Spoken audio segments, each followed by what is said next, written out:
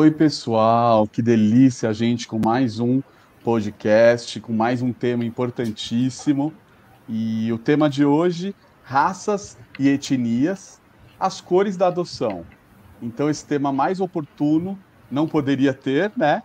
E vamos contar aqui quem está aqui com a gente, o nosso querido Gilson, formado em matemática, pós-graduado em marketing, consultor empresarial, pai por adoção de 2 filhos, mais de 20 anos de experiência no tema da adoção, membro da diretoria do GAALA, que é o Grupo de Apoio à Adoção Laços de Amor, da Praia Grande, e tesoureiro da Angaad.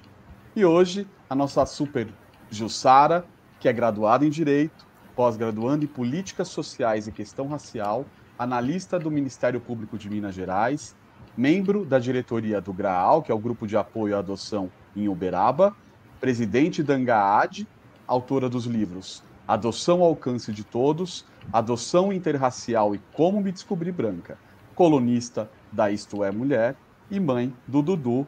Sem dúvida, né, Jussara? O último é o mais importante, né? Com certeza, sem sombra de dúvida. Ela deu até mais risada quando eu falei que era mãe do Dudu, né? É o motivo, né? É o motivo de deitar e levantar todos os dias. Eu acho que se eu pudesse escolher só um, seria mãe do Dudu. Acho que é o que eu faço com maior gosto e com mais excelência. Mãe do Dudu significa de um menino de 10 anos, certo? Menino de 10 anos, quase do meu tamanho já, meu Deus. Muito bom. Gente, esse assunto super importante, né? A gente até conversou bastante antes da gente entrar aqui, que inclusive todos nós aqui somos pais de crianças pretas, e agora falamos crianças pretas, né? A vida inteira a gente ficou nesse dilema: é negro, é preto, preto é pejorativo, porque você aprende a sua vida inteira ali coisas que talvez de uma cultura, de um costume, né, lá atrás, e que ao longo do tempo a gente vem transformando, né? Então, isso é super importante da gente falar. E aí eu acho que a gente já podia começar com uma pergunta muito importante, que é como a gente pode conceituar a adoção interracial.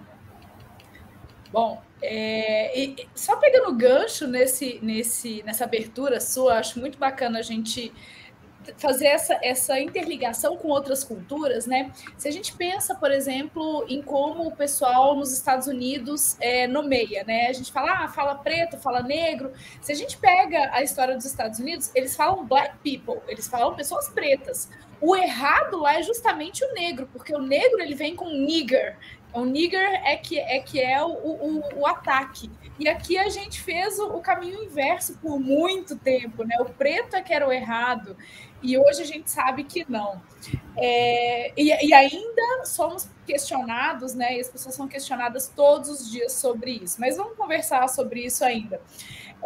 Adoção interracial, a gente deixa de lado toda a questão genética e pega a questão fenotípica, né? A gente está falando de cor de pele. Basicamente, na adoção interracial, a gente está falando de cor de pele, características que tornam visualmente uma pessoa negra ou não, uma pessoa diferente de nós brancos ou não, uma pessoa preta ou não. Né? Para o censo, para o IBGE, negros são pretos e pardos. Negro fala de raça e pretos e pardos fala da cor da pele. E a gente pega isso, né? A adoção interracial, ela pegaria pessoas de um lado, pode ser tanto do lado dos adotantes quanto do lado dos adotados, apesar da gente saber qual é a maioria, que tem um fenótipo de pessoa branca e do outro lado um fenótipo de pessoa não branca, que pode ser negra, pode ser indígena, mas aqui a gente tá muito mais focado pela nossa experiência até, né, de vida, na adoção de pessoas brancas, de pessoas negras por pessoas brancas, e o contrário também.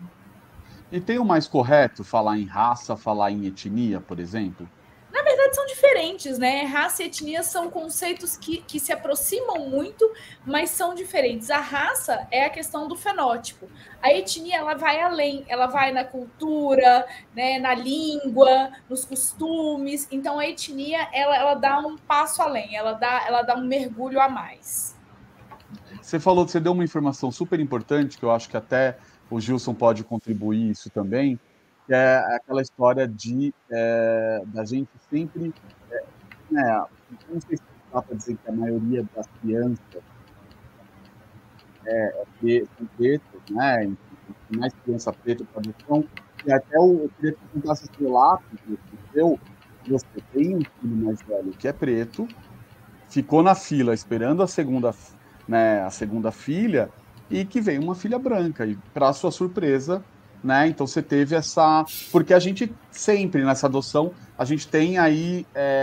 Não sei se a gente aguarda mais, ou a história do filho preto, né? Então acho que é legal a gente contar um pouco disso. Acho que para mim foi uma coisa, no mínimo, interessante, curiosa até, porque quando a gente fez a primeira, né, o do meu filho, ele agora está com 22 anos, mas ele veio com 1 ano e 3 meses. E quando a gente fez o perfil, né, a gente não estava realmente separando se a gente queria menino ou menina, e aí a parte racial também a gente não tinha colocado nenhuma diferenciação, e ele veio, né, quando o pessoal ligou, né, aquela coisa de cor, né, tem um menino aqui, ele tem 1 ano e 3 meses e tal. Eu falei, ele é pardo. Aí eu comecei a lembrar, eu falei assim, bom, para mim pardo é cor de envelope, né? Envelope. Aí eu falei assim, é pardo claro ou pardo escuro, né? Aí o pessoal ficou meio sem graça, falando, tô brincando, é só qualquer um, pode ser claro, escuro, azulado, não tem problema, eu vou ver, vou conhecer. E aí quando a gente pegou para a menina, é a mesma história, só que aí na menina a gente queria uma menina, né, porque era para fazer o parzinho e tal, e a gente acabou deixando até uma faixa de idade um pouco maior, porque a gente queria que ficasse junto com ele e tal, que não tivesse tanta diferença, mas que ele continuasse sendo mais velho. Aí quando o pessoal chamou a gente tinha aberto até uns 4, 5 anos, e aí quando chamaram a gente, falou assim, olha, tem uma menina aqui e tal, e ela tem 4. Eu falei, que legal, né? 4 anos? Não, 4 meses. Então já começou o primeiro choque, né? Não, então tá bom, vamos conhecer, né? Primeiro não esperado. Aí o segundo não esperado, na hora que eu conheci a menina, né? Aí falaram, ela é branca. Tá bom, branca. Mas aí você fica naquela, né? Até onde tá a diferença do que o pessoal quer amenizar, né? Quando ela chegou, olhei, eu falei para minha mãe, nossa, ela é branca demais, porque a gente estava se preparando para uma criança negra. E era muito engraçado, porque assim, ela já tinha nome, né? E a gente ficava pensando, nossa, como a Melissa vai ser? E aí a gente mora aqui no litoral, né? Então na praia, a gente fala, será que a Melissa vai ser assim? Será que ela vai ser desse jeito? Será que ela... Mas sempre crianças negras ou pardas, pensando nesse pardo claro, pardo escuro. E aí quando chegou branco, eu falei, meu Deus, e agora, né? Assim, é uma coisa totalmente inesperada, né? Assim, branca e pequenininha ainda, né? Então, as adoções sempre tem essas surpresas, né? E numericamente tem isso, gente, de mais crianças de uma raça para adoção? Numericamente existe isso? Sim. Essa informação a gente tem, né? Esses dados estão lá no SNA. A gente tem, sim, uma maioria de crianças e adolescentes negros, aí incluídos os pretos e pardos. A informação que a gente não tem, e isso eu costumo sempre trazer, é a de pretendentes de adoção. A gente não tem informação da qual é a raça, né, qual é o fenótipo desses pretendentes. Só que, assim, a gente anda aí falando em grupos de apoio à adoção, ENAPAs, eventos pelo Brasil inteiro. Estatisticamente, empiricamente, a quantidade de pretendentes à adoção brancos é maior do que a quantidade de pretendentes à adoção negros. Por isso, eu vivo dizendo que a adoção interracial ela é numericamente, matematicamente, mais possível de acontecer do que de não acontecer. Estou eu aqui falando de matemática, olhando para a cara do Gilson, falei, daqui a pouco o Gilson vai me corrigir, né? Porque eu sou de humanas, eu sou total. Eu estou falando aqui de probabilidades, olhando para a cara do Gilson, nossa, daqui a pouco o Gilson me corrige aqui. Não, vai, segue, que é exatamente isso. Ufa! Não, porque o que acontece, né? A gente pensar, a própria população brasileira, acho que são 55%. 56%. Né? 56%. Então, assim, estatisticamente, a probabilidade de você ter uma criança negra, né, para adoção, ela é maior do que uma criança branca, ponto. Aí eu volto lá numa situação que eu tive lá na primeira adoção do meu filho, porque a primeira pergunta que o pessoal faz, né, quando você entra, né, no processo de adoção, foi habilitado, se pergunta, quanto tempo demora, né? Aí o pessoal do fórum que eu estava lá em São Paulo falou assim, olha, o primeiro lugar está demorando 10 anos. Aí eu falei, 10 anos? Eu falei, não quero brincar com isso, né? É tempo demais. Não. Aí falou assim, só que esse casal quer um descendente oriental. Meu Deus. E aí você fala assim, cara, quantos japoneses orientais você conhece que foi abandonado? Nenhum. Quantos você já conhece menos oriental no geral, né? Exato. Se eu puxo aqui pela memória, os orientais que eu tenho contato, que eu tenho convivência, que eu conheço, são poucos.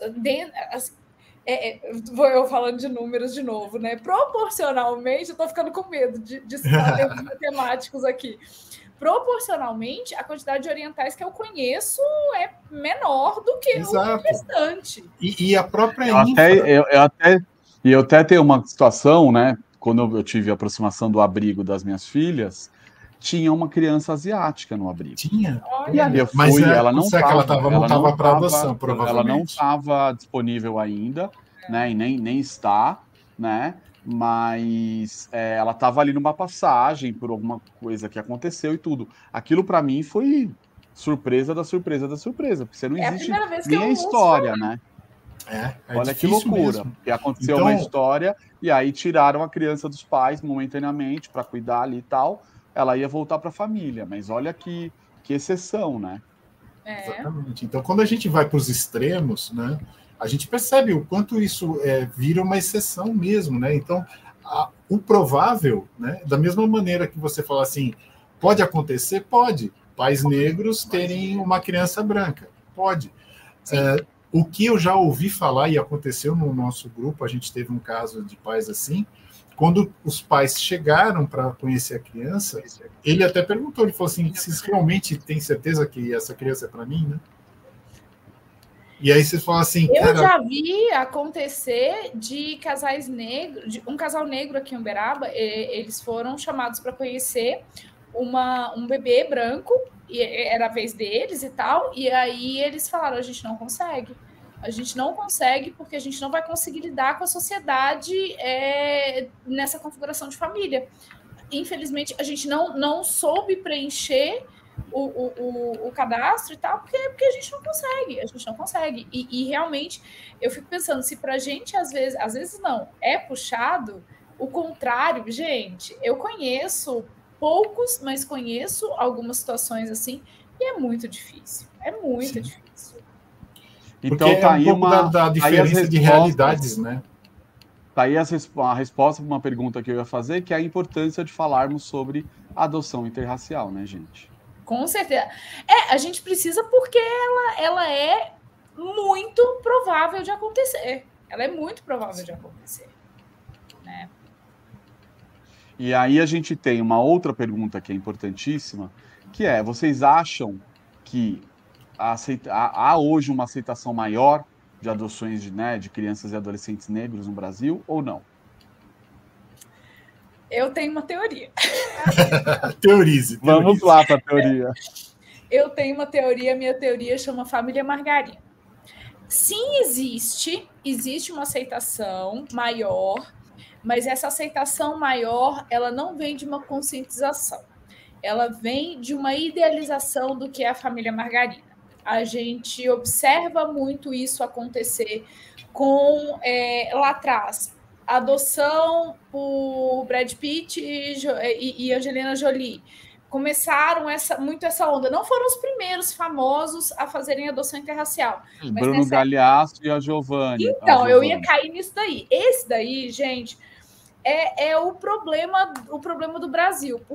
Não porque eles sejam um problema, é porque as pessoas compram uma imagem, não que eles vendam essa imagem, mas as pessoas compram uma imagem de que idealizam de que fazendo uma adoção interracial, elas vão se transformar naquela família margarina. E que aquela família margarina vive num mar de rosas. E eu acho que isso deixa a gente com uma responsabilidade ainda muito maior, nós, grupos de apoio à adoção, nós, ANGAAD, com uma responsabilidade muito maior de falar, gente, calma, é legal, é lindo, eu tenho, é maravilhoso, mas isso não faz ser tranquilo e sem perrengue. Tem perrengue, é vida real, sabe? Vai ser difícil, porque você vai ter que... A situação que eles passaram em Portugal.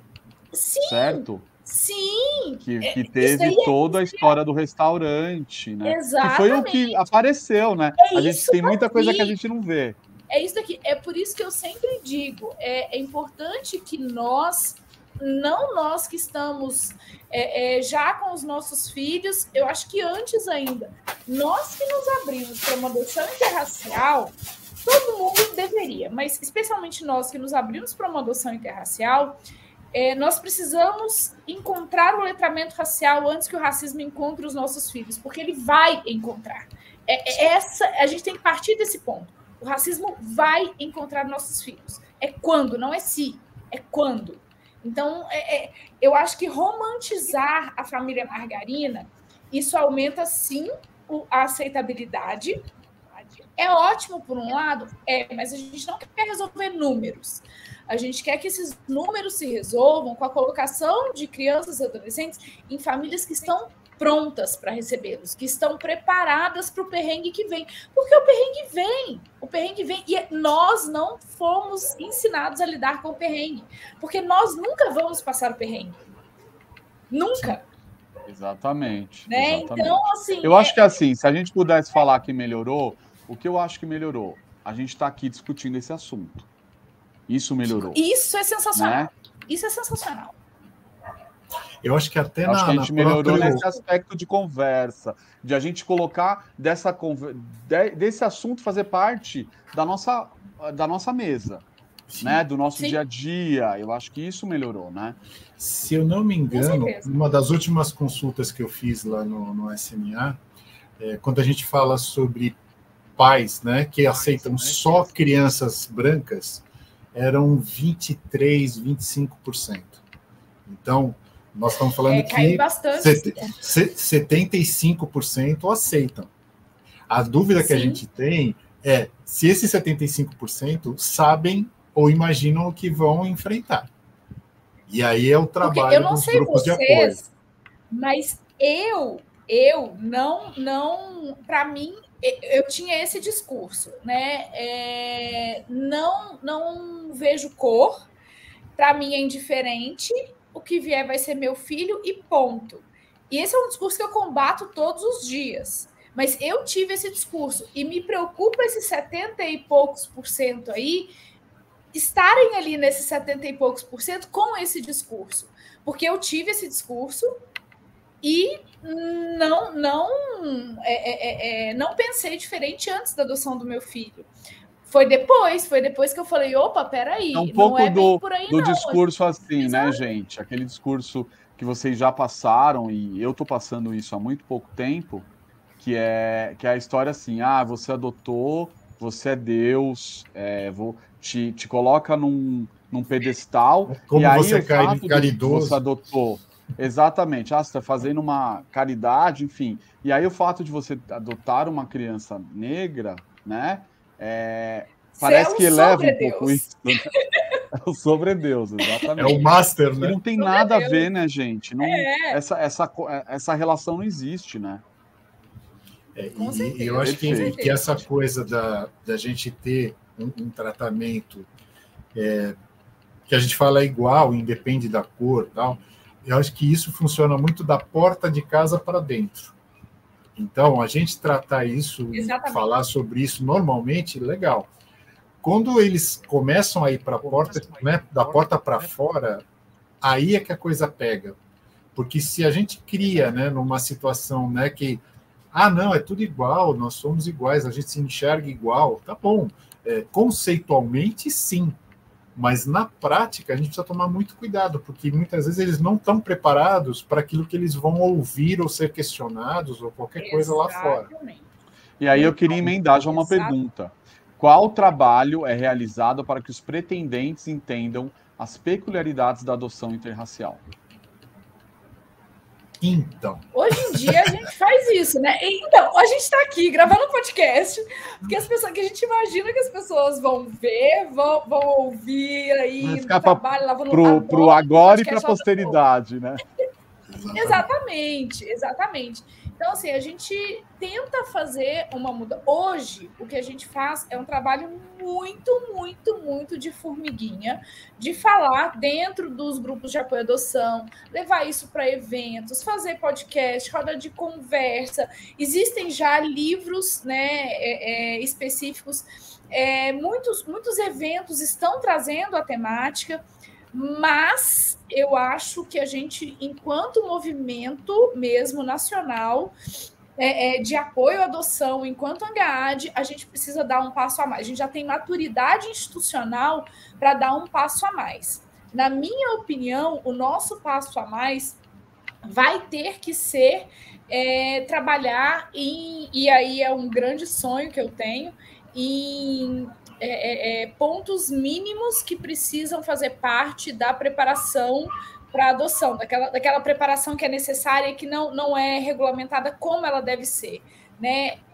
O letramento racial ele precisa, pelo menos em bases mínimas, vir ali na preparação. Isso ainda é um sonho.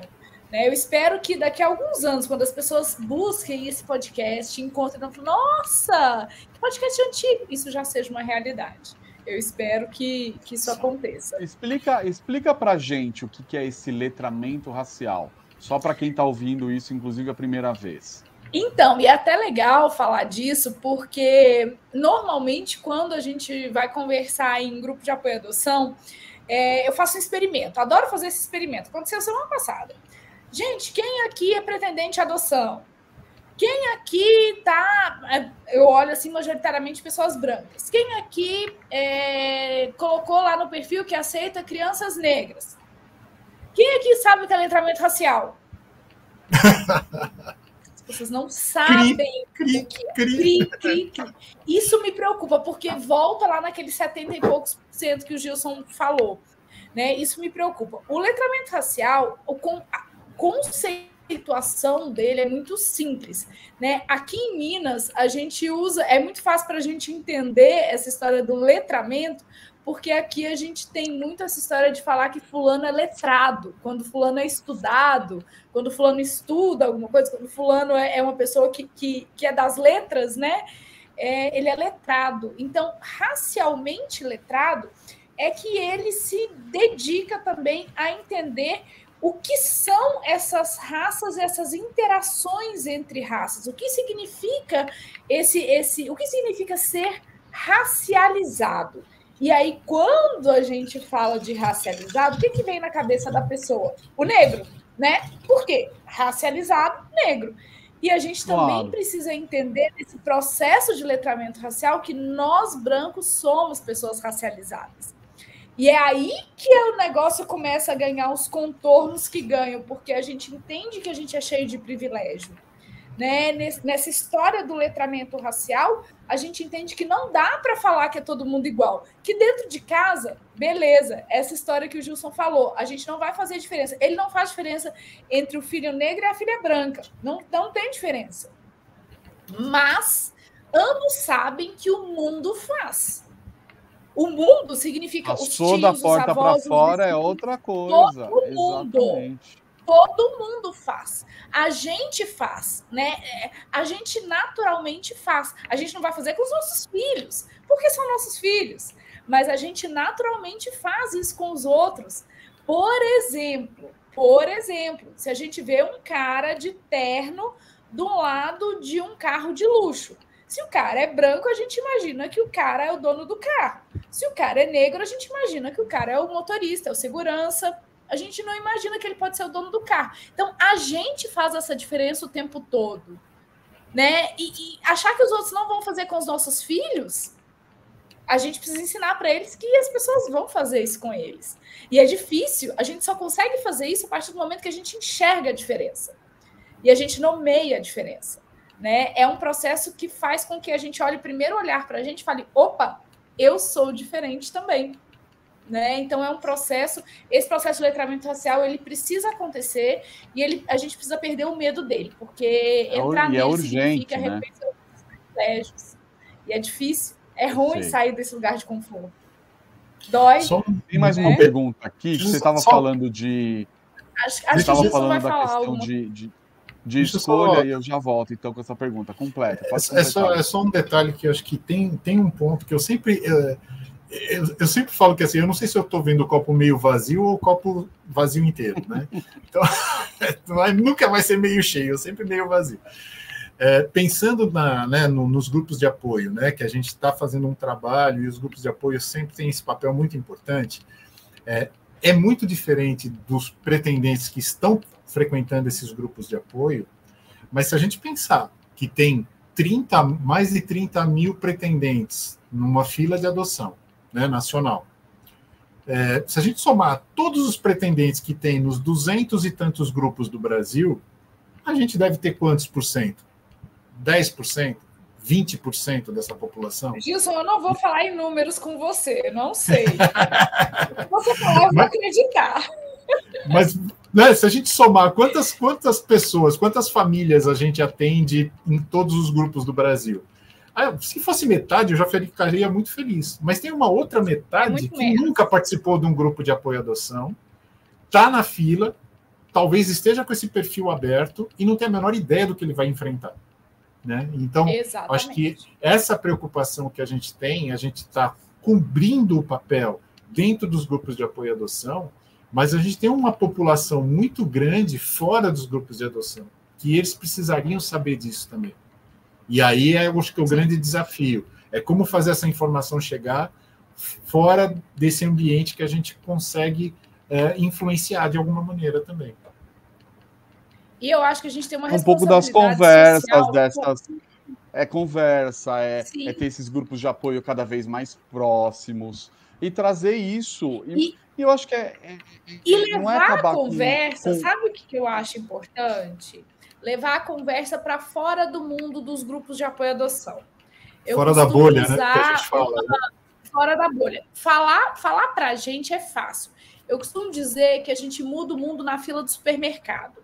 A gente precisa levar essa conversa para o ambiente de trabalho, para o almoço de domingo, para a rodinha de vizinho que fica na porta de casa conversando sobre... Minas é muito isso, interior de Minas é muito isso, né? Conversando sobre a vida dos outros. A fila do supermercado, literalmente...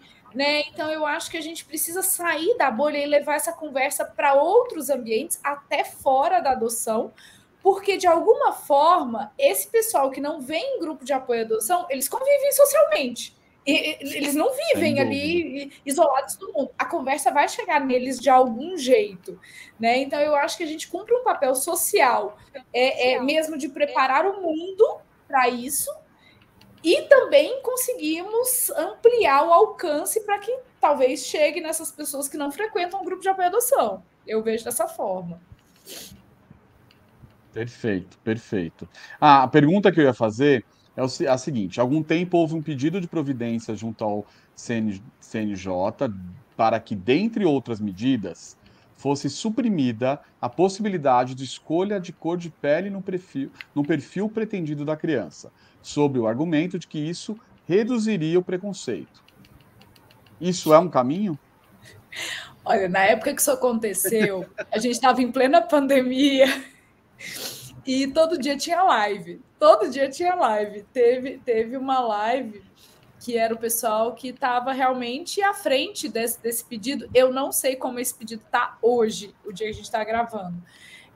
Mas eu sei que na época quase que eu fui bloqueada do YouTube que estava sendo transmitido, porque eu questionei tanto que eu acho que as pessoas tiveram vontade de me bloquear. O que diminui preconceito é conversa e desmistificação, isso, não é suprimir uma escolha. Eu acho que isso pode piorar as coisas, né? Minha opinião pessoal, Jussara, é que isso pode piorar as coisas, porque voltamos lá na questão de resolver numericamente, né? Nós temos uma maioria de crianças e adolescentes negros disponíveis para adoção. Se a gente suprime essa possibilidade de escolha, aqueles 23% saem, né? Eles não são mais 23%, eles passam a fazer parte de um 100%. Só que aqueles 23%, eles existem. E, às vezes, eles, inclusive, estão até com preferência na fila. Eu falo fila muito entre aspas, porque eu tenho um conceito desse de fila, né, que a fila não existe, porque ela só se forma a partir da criança e adolescente em concreto. E aí a gente força eles a aceitarem um perfil que eles não dão conta. Eles já falaram que eles não dão conta. Então, a gente resolve numericamente aquela questão, aquele problema também, entre aspas, de crianças e adolescentes que não foram para a família. Então, a gente manda eles, se o impeditivo era esse, a gente manda eles para a família. Mas a gente, muitas vezes, manda eles para uma família que não está preparado para um letramento racial, que não está preparado para uma adoção interracial, que, às vezes, tem questões muito... A gente vai criar outro problema, né? Sim, cria um problema muito pior. Muito pior.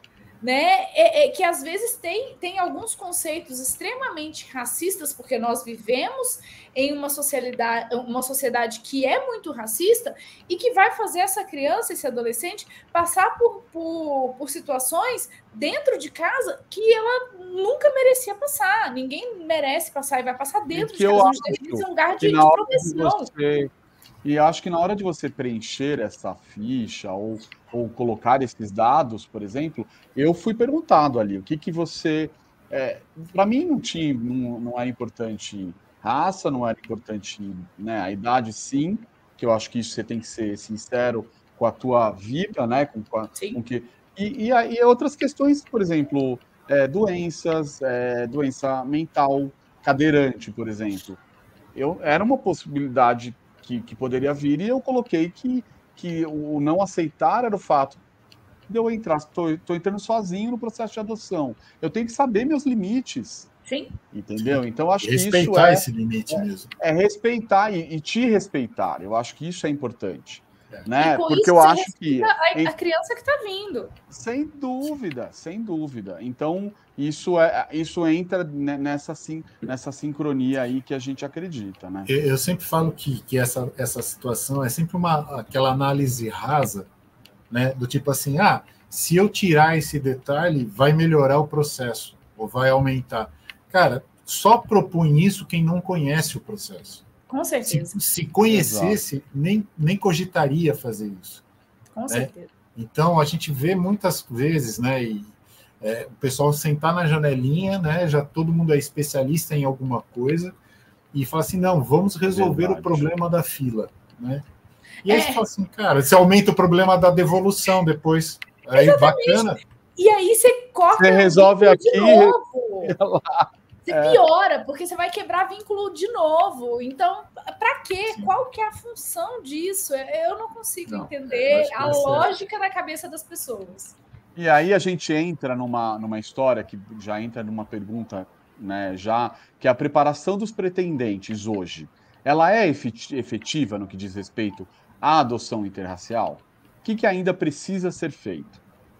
Eu acho que a gente volta naquele ponto, né? A gente tem feito já um trabalho muito pontual, né? São os grupos de apoio que mais tocam nisso, e nem todos os lugares, aquela preparação que a lei exige, ela não é igual em todos os lugares. A gente começa por aí. Ela não tem bases mínimas estabelecidas. Então, assim, colocar tudo num mesmo pacote e falar que é efetiva ou não é efetiva é impossível. Se a gente pega os lugares em que essa preparação é mais estruturada, e a gente sabe de alguns lugares onde as preparações são muito estruturadas, para vocês terem uma ideia, aqui em Uberaba a gente faz 9 encontros de 2 horas cada um. É um semestre. É vivencial, é super profundo. Essa questão da interracialidade, ela perpassa, ela é transversal, ela não é uma coisa assim, olha, vamos... Um tema, né? Isso. Não é. Entendeu? E eu só me dei conta disso depois. E olha que eu vi nascer a preparação daqui, eu passei pelas oficinas aqui, acho sensacional, sensacional. Assim, é uma experiência life-changing mesmo. Assim, eu sou uma Vocês Jussara. viveram na adoção de vocês? Tinha já essa preparação obrigatória? Sim, Na na minha, minha sim, não. na do Gilson Na não. sua Tá? já. Nenhuma minha- das duas, inclusive. Eu- A minha filha mais nova está com Eu achei 15. sensacional, Ela não- gente. É Eu sou demais. fã dessa preparação. É Fã. demais. E eu peguei, graças a Deus, antes da pandemia. Ai, que Né? ótimo. Então eu fiz presencial. Ótimo. Então, e essa troca, e a minha felicidade era que eu tinha pais pretos no grupo, eu tinha pais orientais no grupo, eu tinha mães solteiras, pais solteiros, casais. Então, é nessa troca que eu acho que é o que a gente mais ganha, né? Isso é sensacional. Mas eu acho que a gente ainda precisa evoluir muito. E eu acho que a questão do interracial ela precisa ser realmente um tópico. A gente precisa falar disso separadamente. A gente precisa tratar especificamente disso. Acho que é uma evolução, um passo na evolução da preparação que a gente precisa dar. Eu acho que Quais são os aqui maiores. Eu ia perguntar dos desafios, né, que a gente tem nessa. Gilson, eu te cortei, por favor. Não, eu acho que até tem a ver com isso que você ia falar, porque o desafio é como a gente tratar esse tema sem ficar fazendo como se fosse um mimimi, né, do tipo, lá vem o chororô, lá vem o pessoal fazer, né, a apologia e tal, e o quanto você precisa tomar cuidado, e eu acho que isso é uma coisa que a gente faz muito o tempo inteiro, né, até onde eu posso falar sem ser marcado como, isso é uma postura racista, isso é uma postura aqui, ali, e aí você fala assim, cara, é muito difícil você falar sobre isso abertamente, sem medo de errar a mão. Né? Eu acho que o teu livro fala muito sobre isso, né, Jussara? Que é assim, às vezes do jeito que a gente aborda, do jeito que a gente se expressa, às vezes é um choque para as pessoas, falam, não, mas espera aí, isso daí é uma postura racista. Não, isso é real. É isso real, acontece. Né? O racismo está em não imaginar que isso acontece. Exatamente, exatamente. Eu demorei muito tempo. Eu tive assim até foi o meu processo mais difícil. Ele foi na escrita do segundo livro. Eu tive um bloqueio assim absurdo, que é a adoção interracial, né? Esse eu tive mais bloqueio do que o terceiro. O terceiro eu acho que eu já falava bastante de adoção interracial, então eu já tinha uma atuação mais social, né? Também. Eu já tinha entendido um pouco não, já tinha entendido bastante o tamanho da minha responsabilidade nesse rolê. Mas o segundo, eu tive que vencer uma síndrome do impostor mesmo, sabe? Eu tinha muito medo de como eu ia chegar nessa luta, de como eu ia chegar nessa briga, de como eu ia me posicionar sem ser a pessoa que traz para si, olha, eu quero brilhar, eu estou usando isso para brilhar, eu estou usando meu filho para brilhar, né? Não era isso, eu estou falando de uma coisa que eu não sei porque eu não sinto, então eu precisei me encontrar. Foi um processo longo que eu quase excluí o arquivo do livro, pouca gente sabe disso. Eu quase excluí, pouca gente não, hoje em dia muita gente já sabe. Eu tinha escrito umas 50 páginas já do livro e eu comecei a chorar, tinha uma crise de choro um dia, assim, uma crise sozinha, eu, e comecei a chorar, fechei o computador, falei, não quero olhar para isso nunca mais, eu não posso fazer isso, esse não é meu lugar e tal. E aí eu larguei esse arquivo lá uns 5, 6 meses, larguei ele, quase excluí, por sorte eu não excluí. E nesse meio tempo eu continuei estudando, eu continuei lendo e continuei sendo chamada para falar sobre adoção interracial nos lugares. E à medida que eu falava, eu via que eu não falava brigando. Né? Eu tatuei, depois daquele dia que eu descobri que eu sou fofa para brigar, Danilo, eu tatuei que nem todo mundo guerreia gritando. Eu li isso num livro e realmente me representa muito. Eu fui descobrindo que a gente tem como levantar bandeiras e defender essas bandeiras sem cair no estigma, sem cair no mimimi, sem cair naquela coisa que agride as pessoas. Mas até a gente encontrar esse lugar... Né? É muito difícil, gente, é muito difícil. Eu acho que é até também uma questão de não se colocar também como coitadinho, Sim, com né? De certeza. não, no, de, porque é isso, eu acho que, pelo menos é o que eu vislumbro de passar para as meninas, olha, a situação é essa, a realidade é essa, e você vai ter que estar ali, forte, firme e forte, para você vencer, para você conseguir lidar com essas situações. Eu Né? Eu acho que escutei. é cada vez mais, eles precisam ser fortes, é isso, Sim, né? muito. E demais, e o tempo todo, né? Isso é que corta o nosso coração. Sem relaxar, né? Sem relaxar. Eu escutei recentemente que o Dudu era muito empoderado, que ele sabia lidar muito bem com essas situações.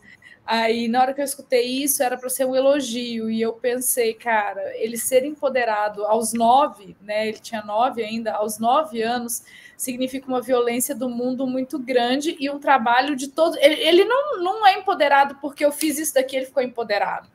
É um trabalho de todos os dias, né? E assim, você escutar que uma criança de 9 anos é empoderada, é bom que ele seja empoderado, é bom que ele seja forte, mas ele precisar ser forte aos 9 anos é Pois algo que é, dói.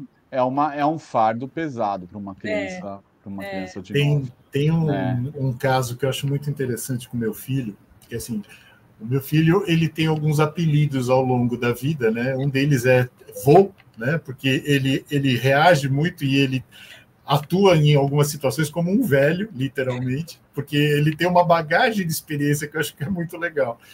Mas ele tem esse lance de brigar por situações que às vezes é contra até o que o convencional que as pessoas fazem. Então, muitas vezes, assim, sei lá, teve uma situação que foi muito louca, assim, ele estava na rua, uns amigos dele da escola, ô negão, não sei o que lá, aí veio uma senhora e falou para ele assim, você sabe que você não deveria deixar eles te chamarem assim, assado, cozido, não sei o quê? Ele falou assim, minha senhora, ele é meu amigo, ele me chama como eu quiser e como ele quiser. Se ele me incomodar, eu resolvo com ele, não preciso da senhora, entendeu? E aí a mulher ficou desconcentrada, porque ela não esperava essa reação. Né? Eu sou de uma geração que a gente fala, ô negão. Negão era uma coisa de amizade, de uma Era pessoa que você normal. gosta. É verdade, né? é verdade. E aí você fala assim, cara, que coisa esquisita. Então, e ele acaba sendo esse medidor entre aonde vai esse discurso que é mimimi, ou que é assim, não pode nada, versus aquilo que você fala assim, cara, eu não tinha me tocado nessa maldade. E ele me alerta sobre essas maldades. É uma sensibilidade incrível, né? E assim, se você olhar, é uma maldade, a gente não pode deixar, mas tudo, e isso eu falo muito com o Dudu, tudo depende do tom e de quem está usando e da situação que está usando isso. Né? Teve um dia que a gente estava indo eu estava indo levar ele na escola e uma amiga tinha me mandado um áudio perguntando um negócio. Eu tenho um clube do livro só com senhoras, é ótimo, assim, só pessoas mais velhas que eu. Senhoras, elas vão me matar se elas escutarem isso, mas elas são mais velhas Corta do que essa eu. parte, edita. Corta a edição, por favor. E aí uma delas me mandou uma mensagem, ela tinha acabado de entrar no grupo, ela falou, eu não lembro quem é a fulana. Eu falei, é uma bem branquinha. Aí o Dudu escutou e falou, mamãe, isso não é racismo? Você falar que ela é bem branquinha? Aí eu fui explicar para ele o que era racismo. E eu falei, filho, é só um jeito de eu falar. E eu falei com muito carinho, é uma pessoa que eu gosto muito, eu não estava inferiorizando ela por ser uma pessoa branquinha, né? E aí não era pejorativo, né? E racismo reverso não existe, tal. Uma conversa, assim, ele tinha 8 anos, uma conversa com a criança de 8 anos sobre racismo reverso e tal. É isso. É muito. E tem algumas coisas também, gente, que né, quem viveu, né, nós mais velhos, tem um pouco daquela coisa do passado que isso era mais carinhoso. É que, é que as coisas foram se transformando, né? E aí hoje você tem muito mais peso em algumas formas de falar, né? Então, acho que isso é muito, enfim, depende muito de quem fala. E aí eu queria aproveitar e falar de uma outra pergunta, que é, com relação a crianças e adolescentes indígenas ou vindos de imigração, como os haitianos, venezuelanos, enfim. se há alguma atenção especial também para esses casos. A gente está vivendo um momento em que a gente tem muitos no Brasil, né? Então, É até enfim. legal ouvir essa pergunta. Eu tenho falado bastante em reuniões do pessoal do Mato Grosso do Sul, e a realidade deles de adoção indígena é muito grande. Eu acho que a gente precisa, para além dessa questão fenotípica, né? Aí a gente sai do racial e vai para a etnia também. Atentar para o respeito e para o acolhimento da história com relação à língua, aos costumes, alimentação, a limitação, essa ancestralidade que é muito peculiar, né? A gente respeitar essa inserção na nossa cultura, sem o apagamento da cultura que já tem, especialmente quando eles vêm um pouco maiores. Então, sim, eu acredito que o cuidado ele precisa ser maior, e a gente precisa também de uma preparação bem específica para isso, que a gente não tem. Aí entra, inclusive, num outro, vamos dizer, pacote, que é a coisa né, das pessoas de países diferentes, de culturas diferentes, que aí eu até me incluo num outro pacote, que é a questão ser gay, por exemplo. Sim. Né? Então, são sempre... eu sempre, a vida inteira, me incomodou eu ter que ir em guetos, na década de 90, por exemplo, porque você tinha que fugir de uma realidade, né? E durante muitos anos, os negros também precisaram viver em guetos, em lugares, né, que eles se identificavam mais, né? E eu acho que isso, se a gente puder falar de uma melhoria, eu diria que isso é algo que eu tenho visto menos, da gente precisar ficar menos em guetos, menos em espaços assim, falar que esse tipo de música tem que ser característico de uma raça ou de uma etnia, esse tipo de gosto, por exemplo. Eu acho que isso a gente está caminhando de uma forma, digamos assim, positiva. Eu acho isso muito legal. Eu concordo. Estamos evoluindo. A gente tem, sem dúvida. Precisamos evoluir, né, gente? Pelo amor de Deus, precisamos evoluir.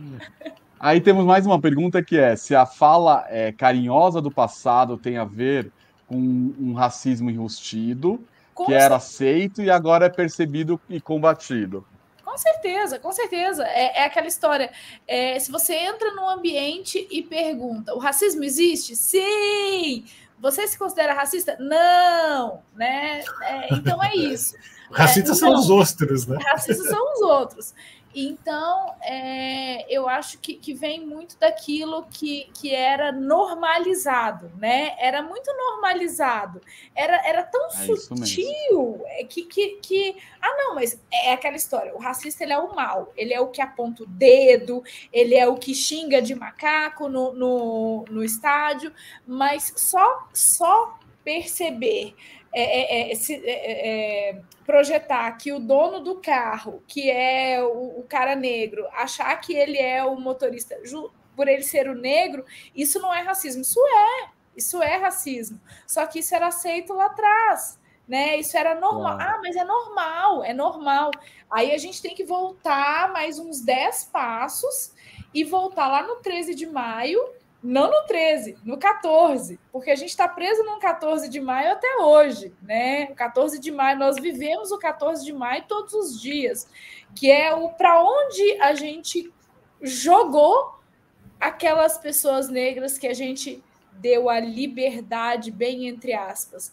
A gente jogou elas para um lugar onde elas não tinham nenhuma perspectiva.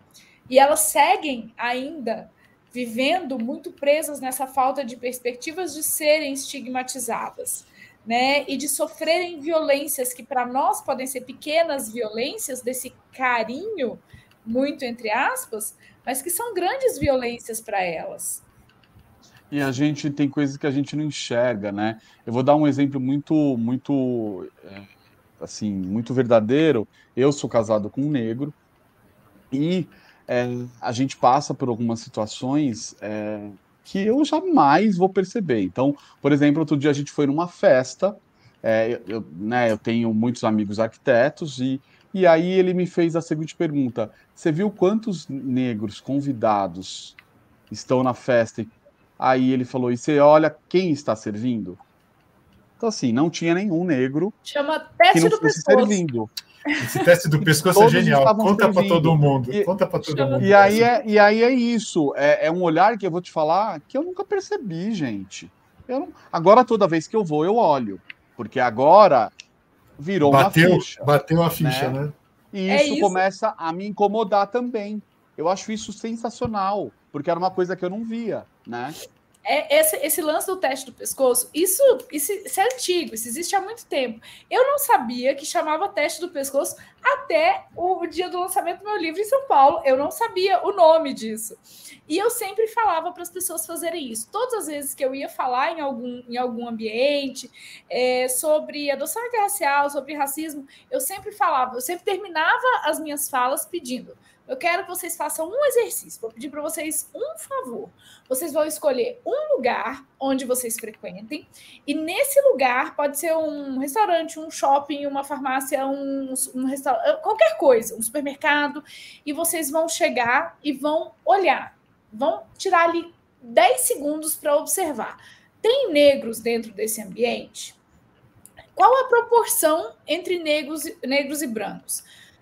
Qual é a posição que eles estão ocupando? Escolhe um lugar e faz isso. Amanhã, escolhe outro. Depois de amanhã, escolhe outro. Até que isso se torne natural. Se você olha, se você vê e se você não se incomoda com isso, tem alguma coisa errada. Tem alguma coisa errada. Se a gente não se incomoda, a gente precisa realmente voltar e repensar o que a gente está enxergando, porque a gente está numa realidade meio distópica, eu acho. Sem dúvida, sem dúvida.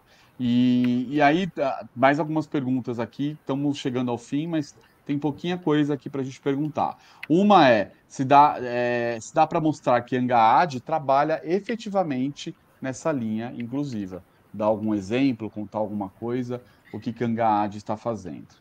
Bom, além do nosso trabalho com os pretendentes, eu acho que a gente tenta trazer isso para a nossa composição, né? Se a gente pega na última gestão, o nosso presidente é um cara negro, que é o Paulo, e hoje na diretoria executiva nós não temos pessoas negras, mas nas assessorias sim, né? Nas assessorias temos pessoas que se destacam bastante, inclusive pessoas extremamente competentes, e eu acho bacana a gente trazer essa questão do quanto eles são competentes e não precisam ficar falando de questão racial. Eles são competentes para falar de outras coisas.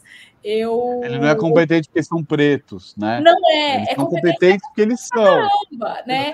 E aí a gente tem pessoas negras, pretas e pardas. A gente tem ambos, né, ocupando lugares ali nas nossas assessorias, que são muito gabaritados para desempenharem os trabalhos que eles desempenham.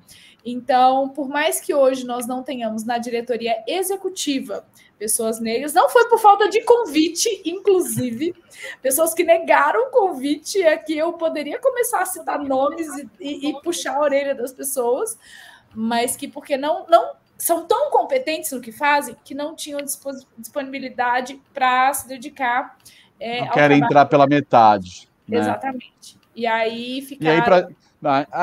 Aí hoje tem os apoios todos, né? Sim, e a gente tem que pensar que a Angaad tem braços em todos os lugares, né? Então, a gente tem bastante, nós somos um povo. Acho que isso é muito importante, né? E ter essa visão, trazer essa visão também, essa vida real, de trazer também, inclusive, os casos nossos mesmo, né? Assim, nossos, né? Que eu acho que é isso. As pessoas querem tanto ver as experiências e o que, né? A tua palestra, quando eu vim aqui, né? Estava aqui em São Paulo, Jussara, vieram tantas histórias ali.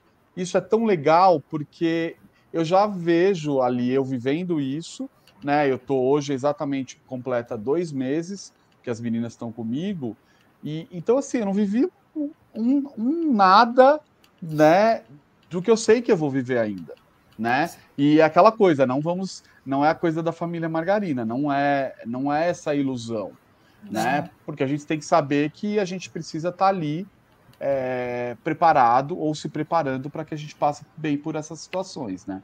Danilo, você teve numa das. Eu acredito que talvez seja a palestra mais legal da minha vida até hoje, que foi aquela que eu falo que foi um dia portal, assim, aquele dia foi life-changing mesmo. Tudo parece que abriu depois daquele dia, porque houve uma entrega muito grande, né? Eu e a Marília juntas falando sobre as peculiaridades dessas questões raciais. A gente, inclusive, tirou a adoção do palco, colocou ali guardadinho como um plano de fundo para falar de questões raciais, e a gente tem uma responsabilidade muito grande social de fazer isso todos os dias. Aquele dia foi um dia bem especial, foi bacana porque você estava nesse processo, né, e conseguiu vivenciar tanta coisa, tanta informação, tanta troca de uma vez, foi muito legal. Viraram meus livros de cabeceira. Eu fico tão feliz. Muito, muito. Eu queria que, para a gente fechar, que conselhos vocês dariam para pretendentes da adoção, em geral, levando em conta toda essa conversa sobre a adoção interracial? Vai lá, Gilson. Eu falo muito, você pode falar antes de mim. Eu também quase não falo, né? Não, eu acho que tem uma coisa que a Jussara mesmo falou, né? A gente tem que aprender e tem que estudar e entender isso, né? Eu aprendi com meu filho, aprendo com ele todo dia, ele está com 22 anos, e o que acontece, né? Ele passou por situações que eu jamais passei e nunca vou passar, né? Que eu até estava conversando com o pessoal aqui antes de começar nosso podcast, que assim, o enquadro que ele leva na ciclovia é diferente. Se fosse um bando de loirinho ou ruivinho, que nem eu, não seria na forma como ele é abordado, né? Então, é aí que a gente começa a perceber que é o racismo estrutural, é nesse ponto que a gente começa a entender e ter que preparar nossas crianças, que eles vão crescer. E eu acho que isso é uma coisa que a gente muitas vezes esquece, né? Que aquela história, a gente bota numa redoma de vidro, aqui em casa todo mundo trata igual, aqui é todo mundo bacaninha, só que da porta para fora, o mundo é cruel e sabe ser muito bem cruel, né? Então, eles têm que estar preparados para isso. Eu acho que nesse ponto eu falhei em vários momentos de não estar preparado para que ele está me ensinando mais do que eu ensinei ele nessa situação, né? Então, essa história do letramento, eu me chicoteio depois que eu, né, participei das suas palestras e comecei a falar assim, nossa, como eu errei feio, né? Então, assim, estudem. Acho que essa é a primeira coisa que eu peço para todo mundo que está falando sobre adoção interracial, conheça a realidade, não entra na fantasia. Acho que é isso. E hoje tem muito material, né, gente? Não dá para dizer que falta material, que falta livro. Eu acho que a gente tem aí um rico, e antigamente faltava, né? Sim, então, sim. Isso é uma oportunidade. Eu acho que o meu conselho ele seria que as pessoas se disponham a enxergar cor, que abandonem esse discurso de que nós somos todos iguais, porque nós não somos todos iguais. Então, somos todos iguais ali, né? Ali na fonte, sim. Mas é o que o Gilson disse, da porta para fora nós não somos. O mundo bate muito forte. Então, a gente precisa ter essa consciência e passar essa consciência para frente. Eu não sei se vocês perceberam, quem está vendo, né, no vídeo, não está só ouvindo, perceberam uma troca aqui de olhares, de bilhetes, é porque tem uma criança, vem cá, filho, tem uma criança aqui que está querendo participar, entendeu? Mandou bilhete aqui, vem cá falar um oi. Fala, oi, gente. Oi, gente. Ai, que fofo. Fala, Dudu. Tudo bom? Meu amor. Obrigada, filho. Esse apaixonado por futebol. É meu craque de bola. Ele mandou bilhete por baixo da porta, veio aqui atrás do computador, escreveu aqui outro bilhete, enfim, deu certo. Ele quis falar um oi aqui. Há boatos de que o Dudu vai jogar no América Mineiro. América Mineiro era o time do meu pai. Meu pai, que faleceu quando eu tinha 6 anos, assim, time do meu pai não jogava, meu pai era torcedor, né, gente? Meu pai mais meia dúzia só. E é o time do nosso vice-presidente, do Júnior. Então, assim, existe uma voz que fica falando que o Dudu vai jogar no Ameriquinha. Vamos ver o que vai acontecer. E eu acho que, para a gente fechar, gente, acho que é importante a gente convidar, né, fazendo em nome da Angaad, convidar as pessoas de todas as raças e etnias a se integrarem nessa luta com o Angaad, dos GAs também, para encontrar famílias, né, para todas as crianças e adolescentes abrigados, que não pode mais retornar para a família biológica. Então, fica esse convite de todos nós aqui, em nome da Angaad, de como é importante, né, a gente participar mais, estar aí à frente, se informar mais. Então, se também tem aí um recado nosso como associação, eu acho que é esse, né? De como é importante a gente estar sempre juntos e tendo essa troca, né? Então, vamos agradecer, né? Agradecer, gente. Obrigado pela participação de vocês, assim, com casos, com histórias, que eu acho que é isso que deixa o nosso podcast Pode Adotar tão especial, né? E se deixar, a gente passa a noite aqui, o dia aqui, falando. O que não falta é assunto. O assunto não tem fim. A gente passa dias e noites falando sobre, né? Acho que a gente pode estender isso, fazer desse podcast, desse episódio do podcast, um comecinho de reflexão para as pessoas. Tem muita coisa para ser dita, tem muita coisa para ser falada, tem muita coisa para ser pensada, refletida. Então, aqui a gente trouxe, foi assim, um incômodo, uma pulguinha atrás da orelha. A gente quis deixar uma pulguinha atrás da orelha para que esse caminho comece. Ele precisa começar de algum lugar. Então, aqui eu acho que a gente traz esse pontapé inicial.